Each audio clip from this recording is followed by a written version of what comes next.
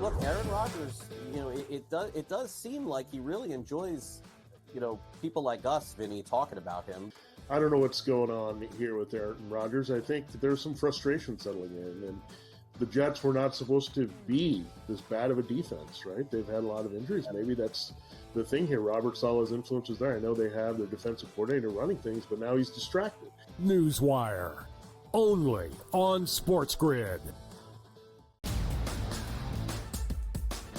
When you talk about how these series came to a head and what has been happening in this postseason for the Yanks, offensively, it hasn't been Aaron Judge. Baseball is such a big win here. All you ask for, East Coast Monster City, West Coast Monster City, the biggest of biggest Titan superstars on both sides here, two mammoth fan bases. The entire country can buy into this one. The Early Line, only on SportsGrid. Anyone that's been to a sporting event, the atmosphere before a game, I think Game Time Decisions has that same exact atmosphere. This is our arena. This is what we do. There is going to be an energy to Game Time Decisions that you will feel night in and night out. The excitement you get when you lock your bets in, when you're figuring out what you want to do, we can zone in on the biggest games each night. I want this to be the place that people come to before the games start so they feel as ready as possible to lock in their cards. We are going to hit every single one of those markets that you need to know about. We're going to go through every single thing, and I've got a great team behind me that's going to help me get the job done. There is not going to be a better place, I promise you, than Game Time Decisions to get that new information, react to it, and be able to then bet accordingly. We will have everything at our disposal, and we will use that to our advantage. I'm Kevin Walsh. Tune into Game Time Decisions from 6 to 8 p.m. Eastern on SportsGrid.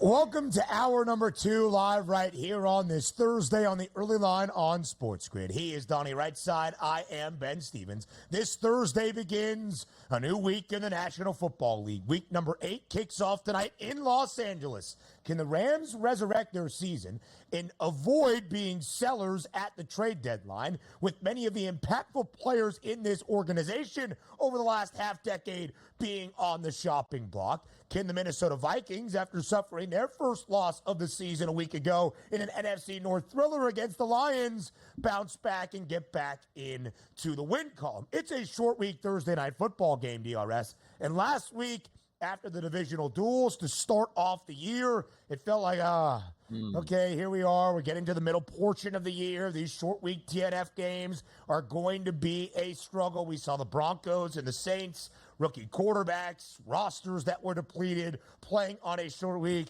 Oh boy, this is not going to be fun, but hey, at least it's football. This one, I am excited by it. I am intrigued. I am ready to go for Thursday night in a new week in the NFL.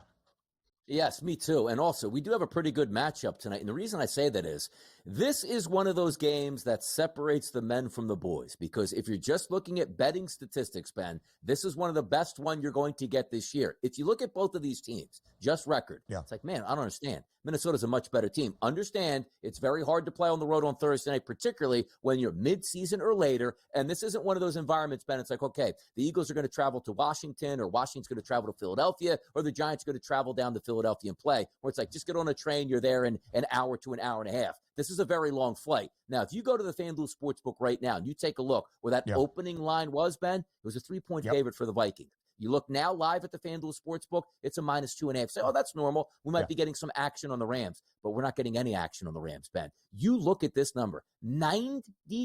So if you go 9 out of 10 tickets that are coming in on Minnesota, did you also know that 90% of the money at the FanDuel Sportsbook is on Minnesota? And that line went from 3 to -2.5. That's incredible. That's the biggest split you are going to find in the betting markets between a sharp side and a public side here, that you're saying all of the money and the bets is coming one way, and that line dropped by a half of a point. That's incredible. And also, not just any half point, like, 5.5 to 5. That's the key number of 3. 3 to 2.5, that is massive.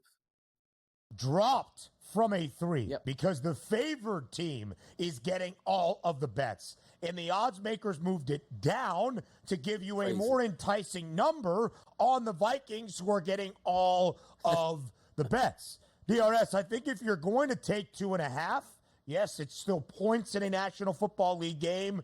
Just bet the money line on the Rams. If, like me, you love the number at 3, or maybe the alternate spread of 3.5 on the FanDuel Sportsbook, use the 30% profit boost that our lovely sponsor FanDuel is offering up for Thursday Night Football. Go to plus 3.5 at minus 148. Make the juice a little bit more palatable and get it above a field goal. Because I don't think 2.5 is really giving you much, but I do think the fishy odds movement and where the line is working kind of indicates how this game is expected to be.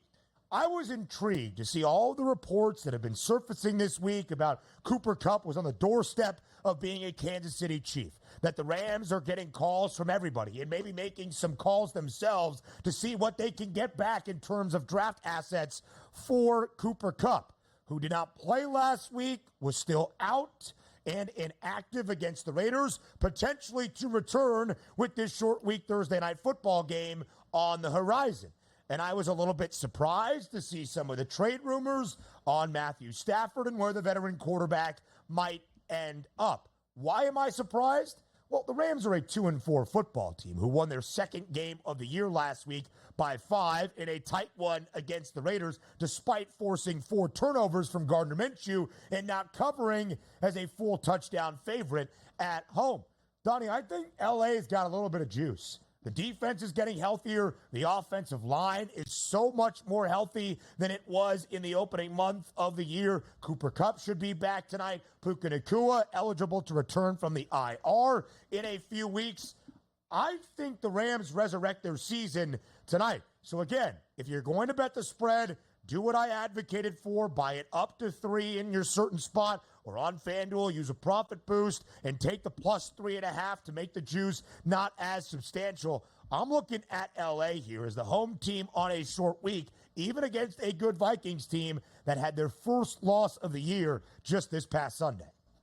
And also the Rams trying to look out to the horizon, because I do feel that this is one of those games we like to call a referendum, because this is going to decide what we're doing as a Rams organization. You pick up a win against the Vikings, and then you look at the standings in the NFC West, where it's like, oh no, well, the 49ers are 6-0 or 5-1. No, they're not. Oh my goodness, how can we catch Seattle? No, they're not so far ahead. You win this game, you might be able to sell that franchise on.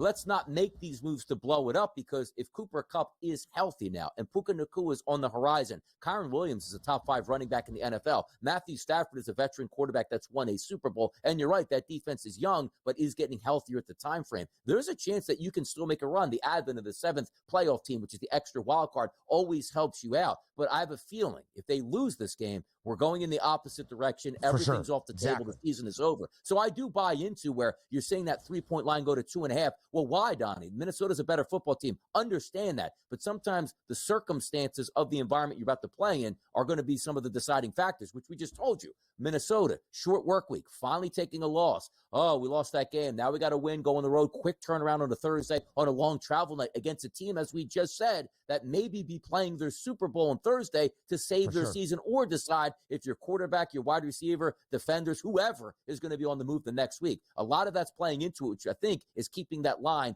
3/2.5 right now. No doubt about it, DRS. If for whatever reason I am wrong, the Rams do not resurrect their season. They don't win outright this week, even if they cover as a 2.5, 3.5 point underdog, depending on how you want to play the spread. They are going to be a 2-5 football team, probably looking to the future of their franchise. A huge game for the Rams, who are 1-4 against the spread as an underdog this year. A dog in 5 of 6, their first game as a true favorite. Last week against Las Vegas, they did not cover. Last year as an underdog, 6-3-1 against the number, much better. Minnesota, who was perfect and unbeaten entering last week at 5-0, suffered their first loss against Detroit, but in a great game, also covered in their opening 5 victories of the year. Donnie, when the line was at 3, though, in favor of Kevin O'Connell's Vikings, it was the largest spread in their favor all year long. 10-9-2 against the spread since the start of 2022. That was the first year under Kevin O'Connell. We have shared a lot about the outlook for the Rams, how crucial this game is. A win total in the preseason at 8.5, expected to flirt with the postseason for a second straight year. That has dropped now to 6.5. You see the playoff price from -112 to +610. Quickly, DRS, for the Vikings. First loss last week. A lot of fishy line movement here that might result in their second consecutive loss after a perfect 5-0 start. There were some that felt like the Vikings maybe weren't the best undefeated team in the NFL, but it built up enough to be a good enough team to be there at the end of the road. How do you feel about the Vikings now entering week 8? I still like the Vikings. Do I think they're on the top pantheon? No, I don't even think they're the top 2 team in their own division, but they're still a quality football team that looks like they're probably going to make the playoffs. But if we keep it simple, too, if you look at the Rams' schedule, remove that anomaly game against the Cardinals, which is 41-10. The other games, Detroit, who I think is the best team in the NFC, 26-20 on the road. The 49ers, who they beat 27-24. Back-to-back loss against the Bears and the Packers, good teams by a touchdown or less. This team will fight you. Plenty more from Thursday night next.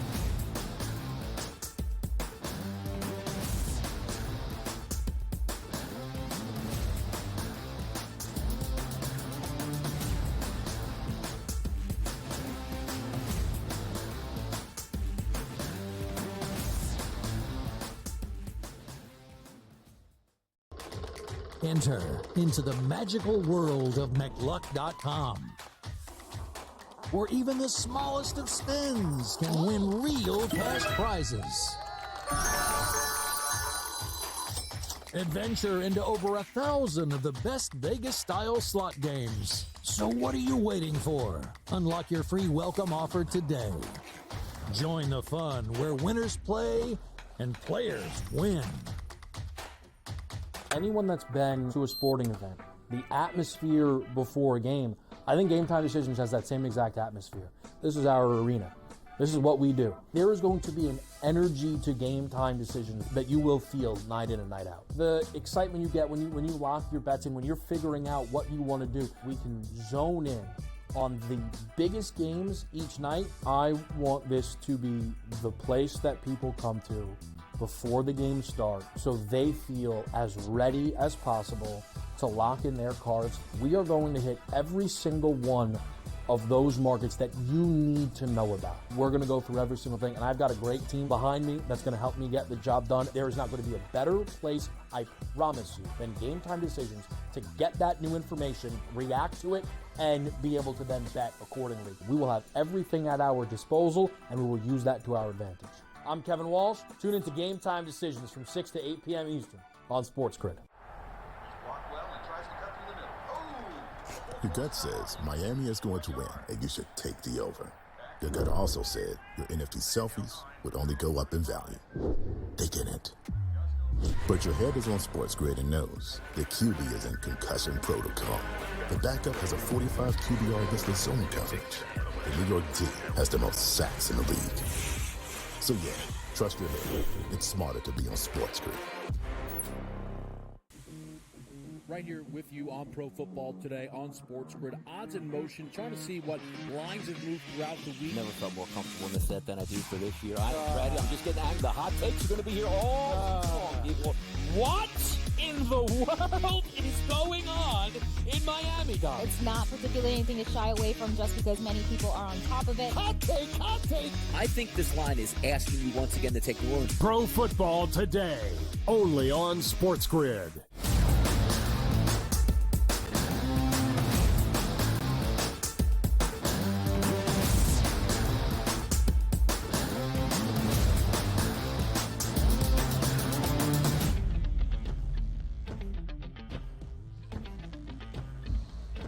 Again, a lot at stake tonight on Thursday Night Football to kick off week number 8. It is a Week 8 game between the Rams and the Vikings. Minnesota is 5-1. Their first loss of the season just a Sunday ago in a divisional duel against the Lions. The Rams are a 2-4 football team. A victory last week out of the bye against the Las Vegas Raiders. Did not cover, though, as a touchdown favorite inside SoFi Stadium. But, Donnie, the reason there is so much at stake for Minnesota, you're trying to prove you're the ilk of the 5-0 team and not a team that suffers 2 consecutive losses, especially here as a favorite, albeit on the road, short week Thursday night football game. But more importantly for the Rams, if you want to keep the band together, if Matthew Stafford still wants to be having his morning coffee with Cooper Kupp and having their podcast together and throwing footballs to one another, you more than likely have to win tonight. Not just cover, but win tonight. There has been so much speculation, reporting, and rumors around the Rams ahead of the NFL trade deadline. That's in just about a week and a half. Could Matthew Stafford be on the move? Could Cooper Kupp be traded? We got reports that Kupp was going to end up in KC like DeAndre Hopkins did yesterday if they had been able to negotiate a draft pick or 2. So, Donnie, when we talk about Kupp and Stafford tonight, knowing the importance of this Thursday night game, what do you expect production-wise?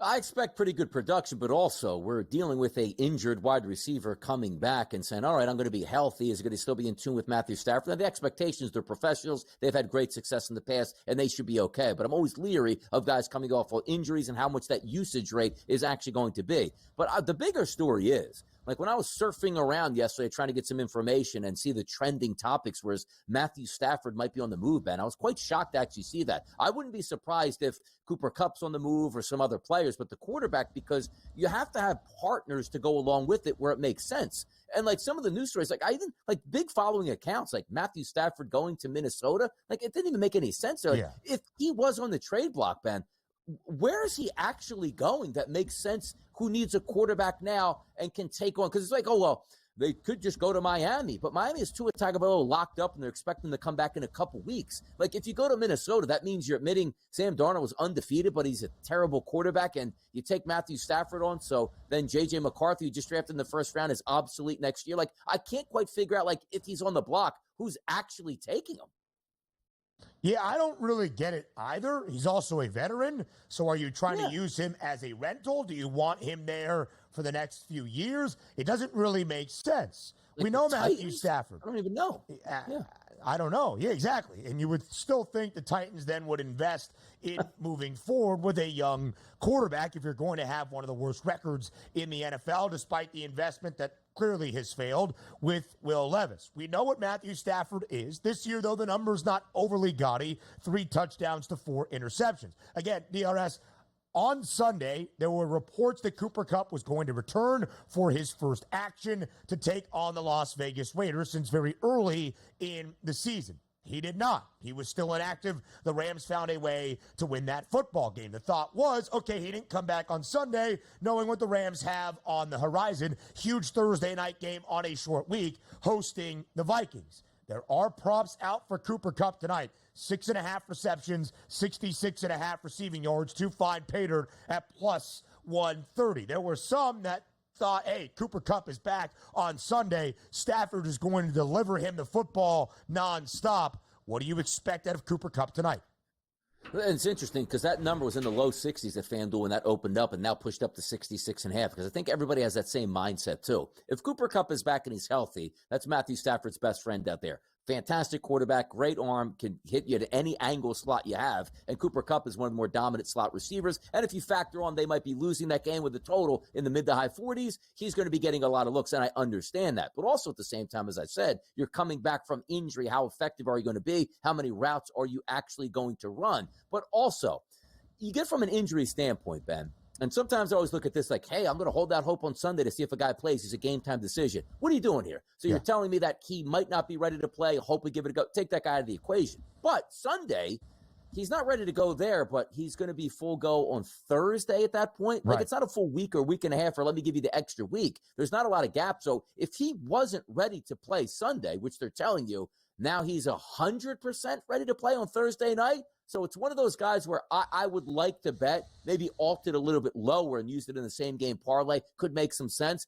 But I've been down this block before. The same time I was asked multiple questions on Monday night. Donnie, what do you think about Mike Evans? Well, if he's healthy and plays, he's going to be fantastic. But the guy's a hamstring injury. It's a no bet for me. If you had the anytime touchdown market, fantastic. You got it right off the bat. But if you had anything else, you lost that wager. Betting on injured guys playing in football games or the expectations, you got to lower those drastically. He's probably not going to be on my board tonight, Ben. Yeah, DRS, I would have to agree, right? When you look at Cooper Kupp, and we know the relationship with Matthew Stafford and how prolific it has been. He was banged up in week 2 against Arizona, but in week number 1, in the high-scoring game or relatively high-scoring game in overtime against Detroit, he had 21 targets, 14 grabs, 110 yards, and a touchdown. Again, even if he's not 100%, but is out there the entirety of the game, you split those numbers in half. He's more than likely over his props, except for the receiving yards number, but flirting with it if he's got 7 or 8 grabs tonight. But I do agree, DRS. We look at things, right, as, hey, the Rams were a touchdown favorite against a porous Raiders team. They didn't need Cooper Kupp for it, and they knew that they would be in a competitive game that could dictate the overall outlook of their season just a few days later on a short week Thursday night. But nobody in the Rams organization would ever admit that was the thought process, right? Hey, we don't need Cooper Kupp for this game against Las Vegas as a one-win football team. So I don't think that was necessarily the decision-making, which does make you question just how healthy is Cooper Kupp, despite the reports that maybe he was ready to go on Sunday. Exactly. You're trying to trust the medical doctors that are in the room, right? You're trying to trust that they have the best opportunity. And Cooper Kupp also has a part where he has to be truthful on what's begging him. And maybe it just wasn't right. Sundays, give me a day or two. I think I'll be fine. That's what you're anticipating. But also keep in mind, the last thing you want to do is run Cooper Kupp out there where he's banged up, unhealthy, has 2 catches for 21 yards and limps around. That's not going to help his draft status. So there has to be a thought process in the room, too. Like, he's ready to go. We're ready to showcase him. Come on and make us offers. Whether it's an impact to win a game or that audition, Donnie is correct. The rest of the props for Thursday next.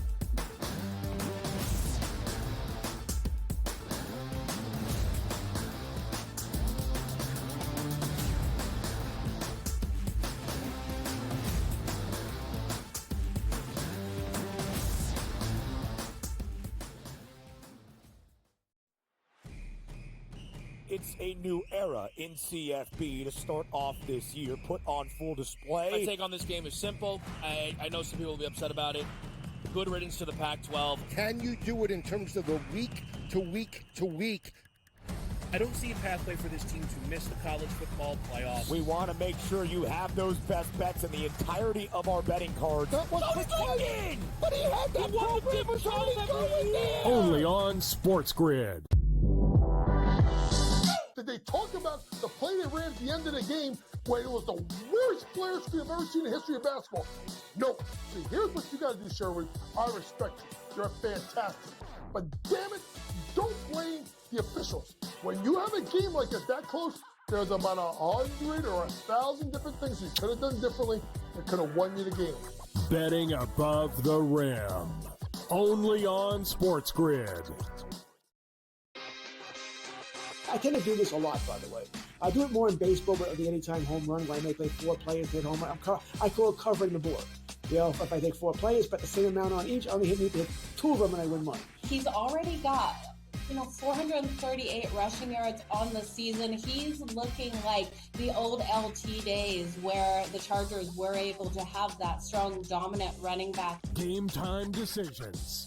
Only on SportsGrid. They lost in Neyland to Tennessee, 24-17. Again, and look, that puts Alabama in a very tough spot. I was looking at the SEC standings just before. They've got 2 losses now in conference because they lost that Vandy game. They're still one of the top-ranked teams in the country when they lose. Everyone else drops like a brick when they lose, except for Alabama. Pharrell Coast to Coast. Only on SportsGrid.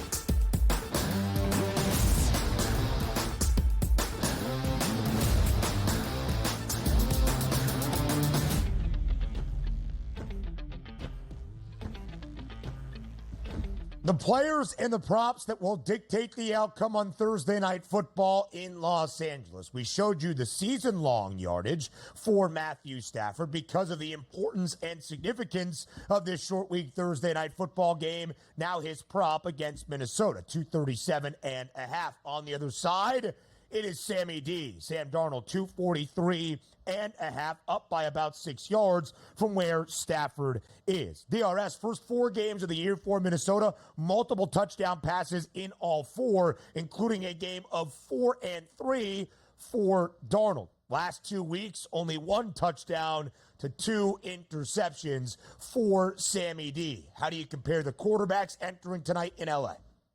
It's hard to try to gauge because, again, it's a Thursday night football game. Typically, you have a little bit more of a sloppy performance. Guys coming in banged up, I get that. And I'm not saying we're going to attack the ground game, but I do like the ground game a little bit more than the passing game tonight from a quarterback's perspective. Like, you are looking at Stafford, 237.5, veteran guy, should be able to get over that. But that's a quality defense from Minnesota. Flip it over to Sam Darnold, 243.5. How much are they going to rely on him, as you said? Not as hot to start the season. And also the way that the Minnesota Vikings are using him in that offense. Maybe you don't have a book on him for the first 2 to 3 games. Defensive coordinators are smart. They adapt quickly and make those adjustments and changes, and that's what the expectations will be tonight. You look at those touchdown props, over 1.5 for both guys, juiced a little bit differently, and rightfully so. Matthew Stafford over 1.5 at a plus 116. Sam Darnold over at a 1.5 at a minus 122 price. They both should be able to throw at least a touchdown apiece, but I'm not running to the window, Ben, on either one of these quarterbacks, on either one of those props, because we're also taking a look at 2 guys that don't run all that much necessarily, particularly not Matthew Stafford. So not a lot of angles for me that I love from the quarterback position tonight.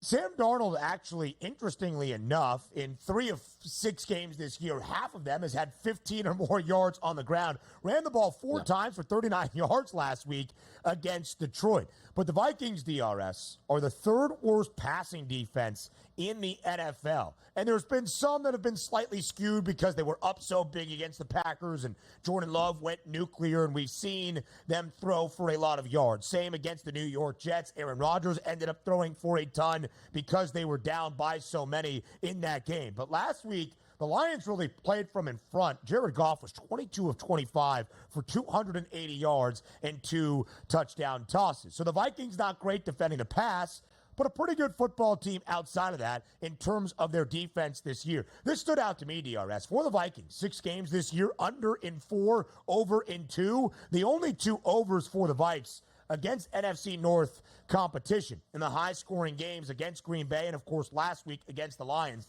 They allowed 60 points in the 2 divisional games. They've allowed 47 points combined in the 4 non-NFC North games this year. The Rams not great defending the run. Aaron Jones, can he make an impact tonight for the Minnesota Vikings? You see the props. It looks good. 67.5, 24 and a hook are those 2 numbers for Aaron Jones. Kyron Williams on the other side has scored a rushing touchdown in 9 consecutive regular season games. His anytime touchdown price, the DRS reflects that at minus 180.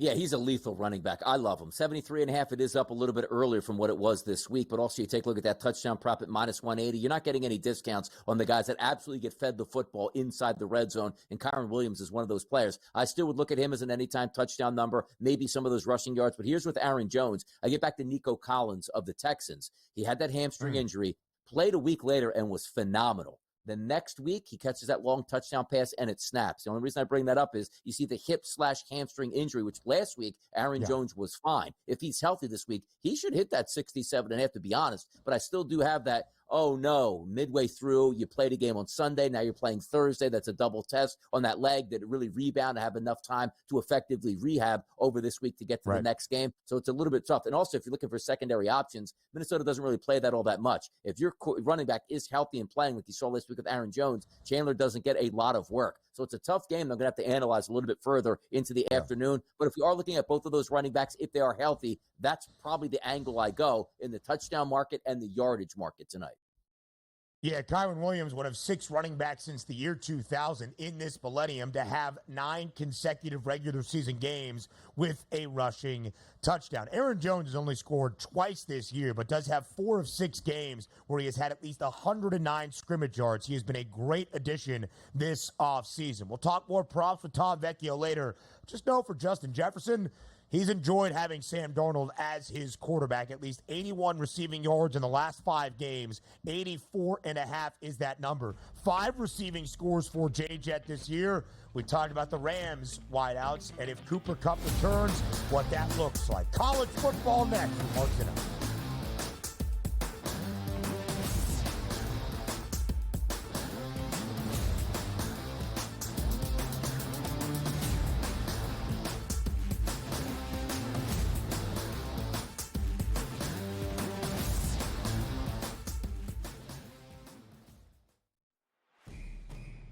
It's a new era in CFB to start off this year, put on full display. My take on this game is simple. I know some people will be upset about it. Good riddance to the Pac-12. Can you do it in terms of the week to week to week? I don't see a pathway for this team to miss the college football playoffs. We want to make sure you have those best bets in the entirety of our betting cards. That was in! But he had that program was already going there! Only on SportsGrid. Did they talk about the play they ran at the end of the game where it was the worst player screen I've ever seen in the history of basketball? No. See, here's what you got to do, Sherwood. I respect you. You're fantastic. But damn it, don't blame the officials. When you have a game like that close, there's about 100 or 1,000 different things you could have done differently that could have won you the game. Betting above the rim. Only on SportsGrid.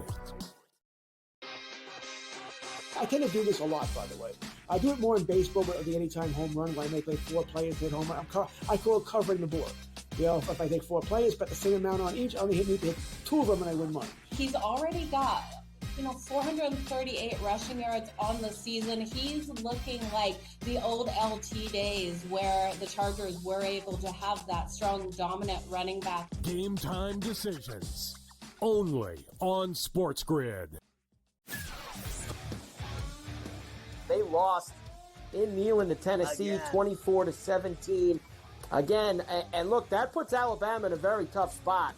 I was looking at the SEC standings just before. They've got 2 losses now in conference because they lost that Vandy game. They're still one of the top-ranked teams in the country when they lose. Everyone else drops like a brick when they lose, except for Alabama. Pharrell Coast to Coast. Only on SportsGrid.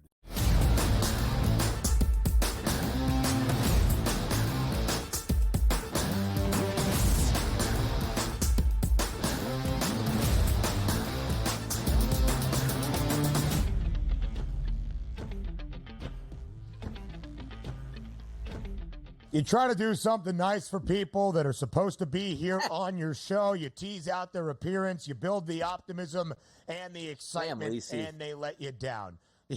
Honestly, man. Somebody call that guy up. Tell him Newswire is about to start. So as we get things going here, DRS, looking forward to a great final Saturday in October in college football. We will start where the Mouth in the South often resides. That's in SEC territory. A great SEC Saturday once again. We have 5 ranked versus ranked games this weekend, the most on a single Saturday so far in the 2024 college football season. And the best game is a top 15 tilt in College Station. Kyle Field, the setting for 14th ranked Texas A&M hosting number 8 LSU. The Aggies, who have been a favorite in all 7 games this year, laying 2.5 this weekend at home against the Bayou Bengals. DRS, let's start with that spread. In your estimation, is the correct side favored? I do think so, because in college football, unlike professional sports now, we're always trying to gauge what home field advantage actually means. Because, yes, it does matter. Not necessarily from a fan perspective, but just being home in your environment, your sight lines, everything is comfortable there. But in college football, it really ramps up. You're not playing at, let's just say, an institution. Saban would joke about Vanderbilt, like, hey, everybody goes on the road in the SEC to Vanderbilt. It's home field advantage for the road team. That's not the case. And Texas A&M has one of the best home field advantages in football. So I do think that plays out. And also, this isn't one of those A&M teams that we maybe look back in the past like, we don't know how good they are or what they're doing in the SEC. They're 4-0 in the SEC. They've proven it here. Yeah. Same thing with LSU at 3-0. Let me ask you this question, too, because I do think that spread is appropriate from where it is, where Texas A&M is about a field goal favorite. I was entering into the season saying, okay, everybody can get like one loss, but 2 losses, you're basically going to be out of it at that point. I'm not getting that vibe here late in the season, which I love. So for me, LSU, Texas A&M, I'm going to ask you this question. Is this an eliminator game if one of them loses? Because quite frankly, that means you only have one SEC loss. They're not out of the playoff picture, right? And maybe even still be favored to make a playoff spot? Correct, ERS. I do not believe this is an eliminator game. One of the best things for LSU is how easy their schedule is this year as compared to many. Still Alabama on the docket. A&M has Texas to end out the year in a renewal of the Lone Star Showdown. All of that is still remaining. 3 losses, it makes it difficult based on your strength of resume.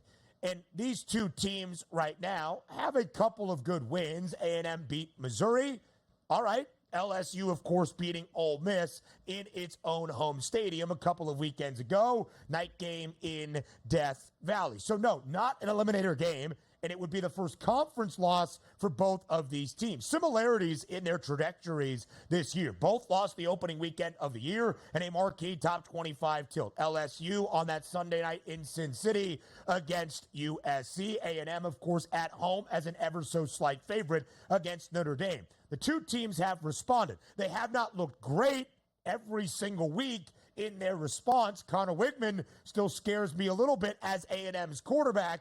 And LSU has left a few things to be desired, but the defense really improving for the Tigers. It's why I give them a slight edge here despite the home field advantage in College Station. But DRS, enough of us. Despite his tardiness, we'll still give him the billing that he deserves. That is Mark Zinno joining us here on this Thursday on the early line. Would you have to fix the hair, make sure everything was good?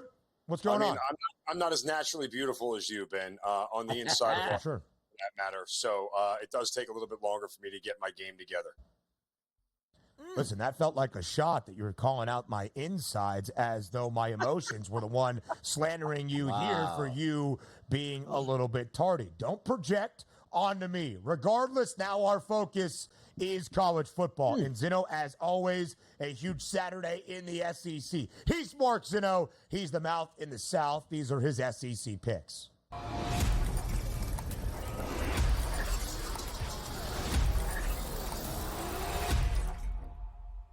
Zinno, 5 ranked versus ranked top 25 tilts on Saturday, the most in a single day.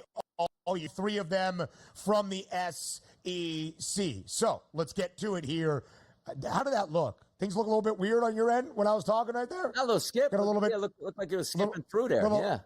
Yeah, little. Okay, anyway. Zinno, let's get this segment going, huh? You heard our insight on A&M LSU. How do you break down the top 25 tilt in Kyle Field on Saturday night?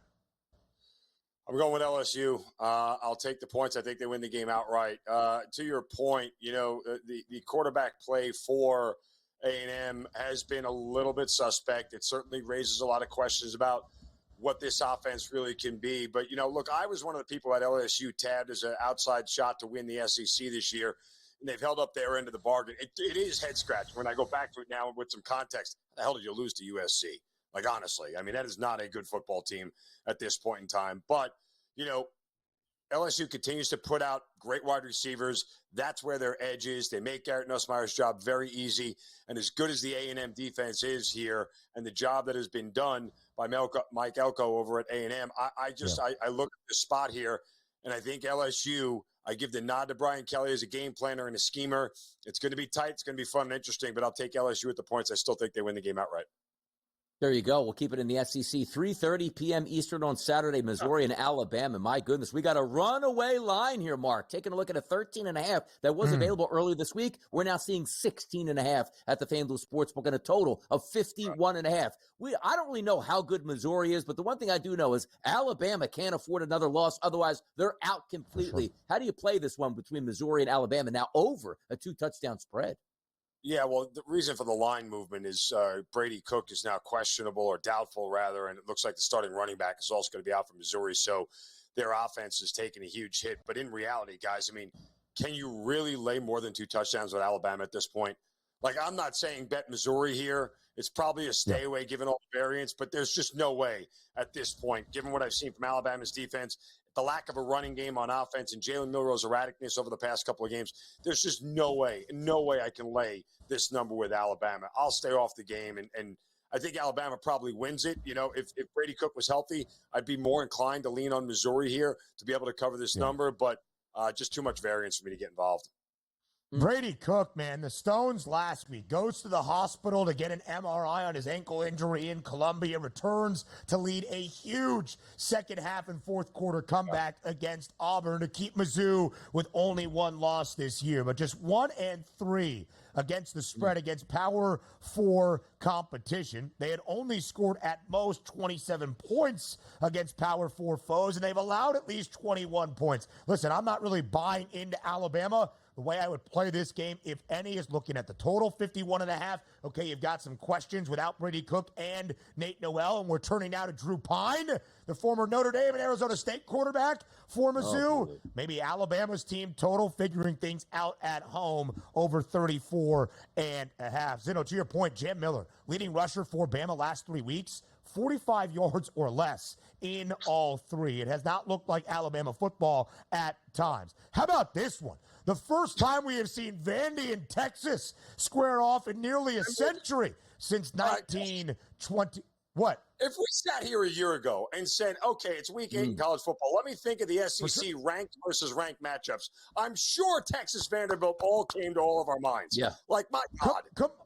Come on now, let's give it up for the Doors, checking in at number 25 in the AP poll. First time ranked in the middle of a season since 2008, and a perfect 4-0 number this year, Zinno, for Vanderbilt as an underdog. They're getting more than 3 scores at home. They were getting more than 3 touchdowns at home when they upset Alabama after the Crimson Tide played Georgia. The Longhorns lose to Georgia last week. How does Texas respond?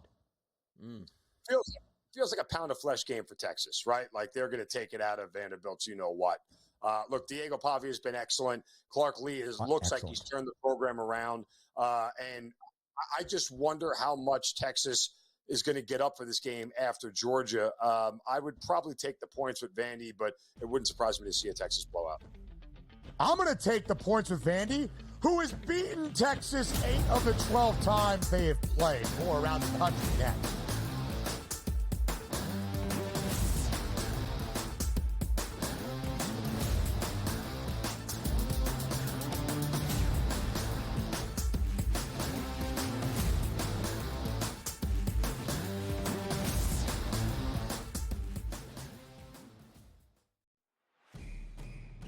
It's a new era in CFB to start off this year, put on full display. My take on this game is simple. I know some people will be upset about it.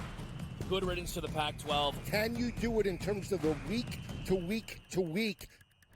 I don't see a pathway for this team to miss the college football playoffs. We want to make sure you have those best bets in the entirety of our betting cards. That was protected! But he had that program was only going there! Only on SportsGrid. Did they talk about the play they ran at the end of the game where it was the worst player screen I've ever seen in the history of basketball? No. See, here's what you got to do, Sherwood. I respect you. You're fantastic. But damn it, don't blame the officials. When you have a game like that close, there's about 100 or 1,000 different things you could have done differently that could have won you the game. Betting above the rim. Only on SportsGrid. I tend to do this a lot, by the way. I do it more in baseball, but the anytime home run, where I may play 4 players hit home run. I call it covering the board. You know, if I take 4 players, bet the same amount on each, I only need to hit 2 of them and I win money. He's already got 438 rushing yards on the season. He's looking like the old LT days where the Chargers were able to have that strong, dominant running back. Game time decisions. Only on SportsGrid. They lost in Neyland to Tennessee, 24-17. Again, and look, that puts Alabama in a very tough spot. I was looking at the SEC standings just before. They've got 2 losses now in conference because they lost that Vandy game. They're still one of the top-ranked teams in the country when they lose. Everyone else drops like a brick when they lose, except for Alabama. Pharrell Coast to Coast, only on SportsGrid.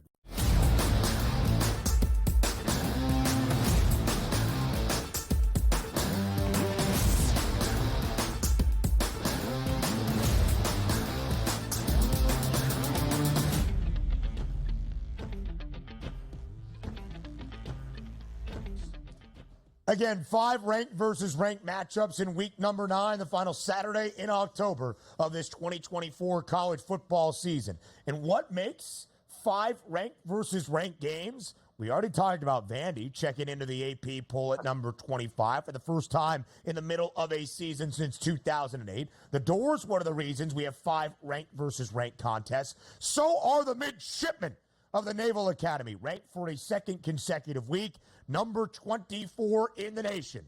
They take on 12th ranked Notre Dame on Saturday afternoon in East Rutherford, New Jersey, inside MetLife Stadium. And here we are, Mark Zinno, despite your Army allegiances. Unbiased breakdown, please, for this matchup between Notre Dame and Navy. 12.5-point number in favor of the Fighting Irish. The total is 51.5.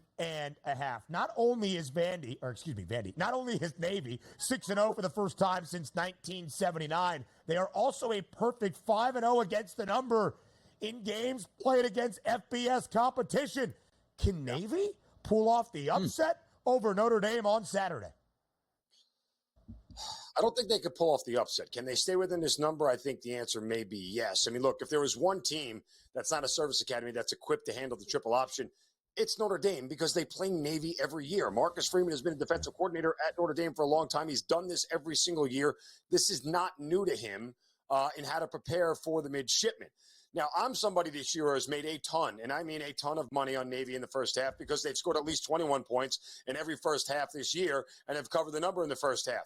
However, in this game, I'm actually playing the other side. I'm taking Notre Dame, and there is a 6.5 out there at a major sports book, minus 6.5 in the first half. My biggest concern here, I mean, look, I think it's absolutely possible it could be 14-10 in favor of Notre Dame at the end of the first half, but Notre Dame's defense should be able to do the one thing that's made Navy potent this year, and that's negate the passing game just simply because they have better athletes. Right? Like, that's what it boils down to here. The level of competition that Navy is now playing is a huge step up in class from an athlete perspective. And I think that's the reason here to take Notre Dame in the first half minus 6.5. They get out to a fast start. Remember, this game isn't in Annapolis. It's at MetLife Stadium in East Rutherford. It's a neutral site game. It's not a Navy home game per se. So it should be a very partisan Notre Dame crowd making the trip up to North Jersey. And I think really when it boils down to it here, as long as the Notre Dame offense scores when they touch the ball early, Navy was going to have a hard time playing catch-up against this Notre Dame defense. Still a fun game to watch. Excited to watch it. And also Army-Navy, one of the biggest Army-Navy games setting up in the future. So great times ahead for that football team. Illinois, Oregon. Yeah. It's going to happen back-to-back weeks, Army-Navy. First time ever. And Notre Dame has suffered some defeats here to some military academies in the past. We'll see if they can do it again. Illinois, Oregon, as Ben would say, the best team in the Big Ten is Oregon. Thank goodness Oregon got imported into the Big Ten. What a shame that conference would be, but that's for another day. Illinois, Oregon in this game matchup. Heavy 3-touchdown favorite here to a ranked opponent. Is Oregon rolling here today, Mark? Again, I mean, it's hard to step in front of Oregon at Autzen Stadium, right? Like, that just seems like a bad play overall. With a game like this, and I'm not a big fan of Brett Bielema's offense by any stretch of the imagination. I love his defense, but, you know, the offense leaves a lot to be desired. And because of that, I always use the same philosophy I tell you guys about all the time. If they ain't covering early, they ain't covering late. So if I'm taking Illinois, I'll take the 11.5 in the first half. Because, look, if Oregon is up 14 at half, how is Illinois playing catch-up? Like, literally, how without Oregon making some mistakes or a special teams touchdown or whatever, I don't know how Illinois can catch up to Oregon, who's leading by 14 at halftime. Like, it just doesn't seem like it's a good recipe. So Illinois is going to have to keep it close, stay close the entire game, possibly have a lead at halftime if they have any shot at winning this game. So give me, if I'm going to take Illinois, give me the 11.5 in the first half. Certainly so, Mark Zinno. It's a great way of looking at the Illini under Brett Bielema since he took the reins in Champaign in 2021. Illinois is 16-8 against the number as an underdog with 10 outright victories. They are one of 4 Power 4 programs in that span to have double-digit wins outright as an underdog. This year, a perfect 4-0 ATS as a dog, winning outright 3 times. Oregon has been a favorite in 3 of 4 Big Ten games. They are 1-2 against the number, all 3. The total has stayed under. Could be ugly in Autzen for Illinois to cover as a 3-touchdown dog. Mark Zinno, we've got a little bit of time here in this segment. We've hit the SEC. We've hit the other 2 ranked versus ranked matchups. So let me direct your attention to Friday night, perhaps. Huge group of 5 news this week. Liberty upset last night by Kennesaw State. The Owls' first ever win over an FBS program, which even opens up more doors to the potential group of 5 game of the year. Boise State, number 17 in the nation, on the road tomorrow night on a Friday night in Las Vegas to take on UNLV. The Broncos and Ashton Genty, a 3.5-point favorite against Hajj Malik Williams and the go-go offense of the Runnin' Rebs. Who wins tomorrow night in Las Vegas? I mean, I would take the points with UNLV. For a team that has scored at the rate that they've scored in these totals that you have here, you saw that Boise only scored 28 at Hawaii. Granted, they did score 34 at Oregon, but, look, getting out on the road for the second straight game, even though they had a bye week in between Boise, it probably doesn't bode well for them. After the last 2 road wins for UNLV, particularly the one at Oregon State, they have to feel really good about their offense and the position that they're in right now. And you look at kind of what has developed for Hajj Malik Williams as a quarterback here for UNLV. I think this all works out really well for the Rebs here as far as being at home in front of that crowd and a night audience. If they can contain Genty, and by contain, I mean, just kind of like limit to 1 touchdown on about 150 yards, that would be a good job of containing him. They have a shot to win this game outright and kind of knock off Boise, which, by the way, will open up a spot for one of the 2 service academies who win the American to get to the college football playoff. That would also be very, very huge. Quickly, we look at the national championship odds. Is there anybody right now entering this last Saturday in October you think is worth a wager from the value perspective? I'll give you this one thing. Instead of taking Georgia plus 330, roll Georgia money line over the next 3 opponents, and you'll make more money than taking Georgia to win the SEC. I like that look, Mark Zinno. Way to think about it. Way to use different pieces to form your profit. We'll do so in the World Series. Zinno's Yanks playing for a World Series title next.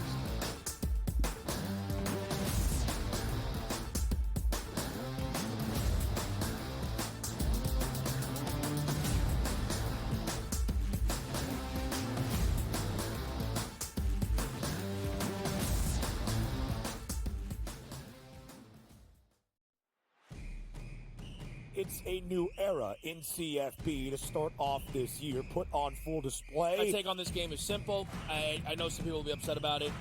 Good riddance to the Pac-12. Can you do it in terms of the week to week to week?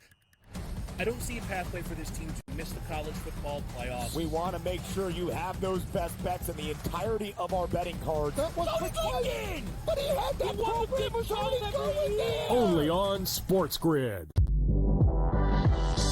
Did they talk about the play they ran at the end of the game where it was the worst player screen I've ever seen in the history of basketball?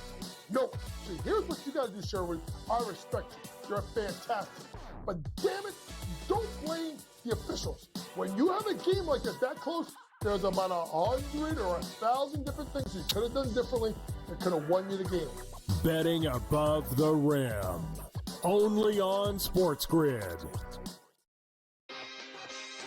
I tend to do this a lot, by the way. I do it more in baseball, but the anytime home run, where I may play 4 players hit home run. I call it covering the board. If I take 4 players, bet the same amount on each, I only need to hit 2 of them and I win money. He's already got, 438 rushing yards on the season. He's looking like the old LT days where the Chargers were able to have that strong, dominant running back. Game time decisions. Only on SportsGrid. They lost in Neyland to Tennessee, 24-17. Again, and look, that puts Alabama in a very tough spot. I was looking at the SEC standings just before. They've got 2 losses now in conference because they lost that Vandy game. They're still one of the top-ranked teams in the country when they lose. Everyone else drops like a brick when they lose, except for Alabama. Pharrell Coast to Coast, only on SportsGrid.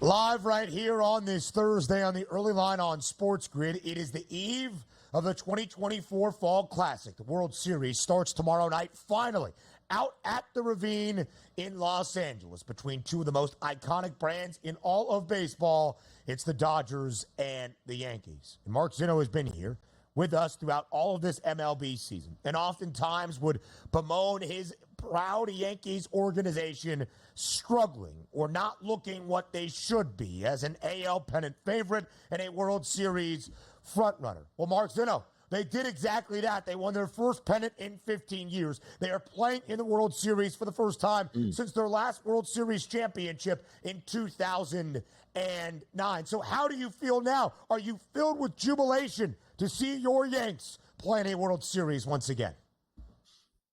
Yeah, I mean, again, I would be lying if I said I wasn't a detractor that they would actually be here. I'm kind of surprised that they are, and they're probably doing so, in spite of Aaron Boone being their manager as opposed to in favor of it. But that's a whole different conversation. My thoughts on Aaron Boone. Beyond that, look, when you have guys getting 2 out base hits like Juan Soto and Giancarlo Stanton, you're going to be in great position. I tell my kids several things in life. Do your homework, eat your vegetables, cover the number, and 2 out base hits win World Series. That's parenting for me, and they understand that. So if you get 2 out base hits, you're going to win a lot of World Series. If they do it now, they'll do it again. I think it's going to be a great series because you see that price point at -122 for the Dodgers. But there's a way I'm probably betting this series also. I'm not really big on saying, all right, I think the Yankees can win the series, so I'll take the +104. I'll tell you right now, game number 1 that we're going to have with Garrett Cole in the mound, he's getting about, +108 to +110, bouncing around on the FanDuel Sportsbook. They don't win game number 1 without winning the World Series. So a better price in game number 1 and also a Yankees team total for me in game number 1 over 3.5 makes a lot of sense even though it's juiced. You have a chance to jump on Flaherty. But if we're talking about jumping on Flaherty and guys that got to get base hits, give me your thoughts here coming into the series with Aaron Judge. A 5-1 price to be the MVP. But even though not even looking forward to him to be the MVP, he's got to step up. Like we can't have him bat 190 to 210 in the World Series. Sooner than later, that MVP has to show, Mark. You'd like to think so. I mean, thankfully, he did get off the schneid and hit a homer against Cleveland, so at least he's done it to this point. I mean, eventually you're hoping someone's going to make a mistake and he's going to walk into a fastball and deposit it in the right field seats. I mean, he's always the threat, right? And look, if you're writing a book against the Yankees in the playoffs, every manager's going to tell you, just don't let 99 beat you. Now we know what Soto and Stanton have done, but you got that heart of the order right there to get through. That's nearly impossible because each guy is setting him up. With Judge sandwiched between Stanton and Soto, it certainly means he'll see some decent pitches to hit. So, yes, I agree. He's got to step up. In game 1, DRS, very simply for me, I'm backing the Yankees on the first 5 plus a half run. I don't care if it's juiced up close to 150. I'm taking it anyway because Garrett Cole's got a 2.49 ERA on the road. His K per 9 is up. His strikeout to walk ratio is better than it is at home. And, oh, by the way, opposing hitters are only batting $198 off of him. Flaherty's ERA in the postseason is over 7. In 13 starts with the Dodgers, he's given up at least 3 earned runs in those 13 starts here. The Yankees will get to Flaherty. Give me that. But I'll give you one more real quick for game 1. Garrett Cole struggles with 2 guys in this Dodgers lineup. Freddie Freeman and Mookie Betts, who's batting .412 off him with a .915 OPS. Give me Mookie Betts over 1.5 total bases as a prop in game 1. Mark Zinno giving out plays for tomorrow night's opener in the World Series. To your point about Jack Flaherty, has started 3 games for the Dodgers throughout this postseason. 1 against the Padres, 2 against the Mets. In the first game against New York in the series opener in the NLCS, he was sensational. 7 innings of shutout baseball, only 2 hits. But in the other 2 to bookend it, he gave up 8 earned runs to the Mets in game number 5. He gave up 4 earned runs to the Padres early on in the NLDS as well. So, Mark Zinno, back to the outright numbers and everything that we are seeing for the World Series. Your official 2024 Fall Classic prediction is what? Who wins a World Series championship and in how many games? I'd love to believe it's Yankees in 6. That's part my heart, but also part just to, the idea that you're getting the Yankees as an underdog price is pretty hard to refuse. I mean, given it is the Yankees and the Dodgers, 2 biggest favorites you're going to see anywhere in the sport of baseball. But I think the Yankees have a major edge in starting pitching, and that's really what it boils down to. If the Yankees could get to the Cleveland bullpen, they certainly can get to the Dodgers. As long as they're getting those clutch base hits, and as long as Aaron Boone doesn't screw up the bullpen management, which he's want to do at times, the Yankees, I think, have the decided edge. They just got to get around the big bats in the Dodgers lineup. If they can do that, I think they win this thing in 6. Including perhaps our guy, Luis. Don't you dare call him heel. 400-1 to win the World Series MVP. Mark Zinno, we appreciate it. Hour 3 is up next.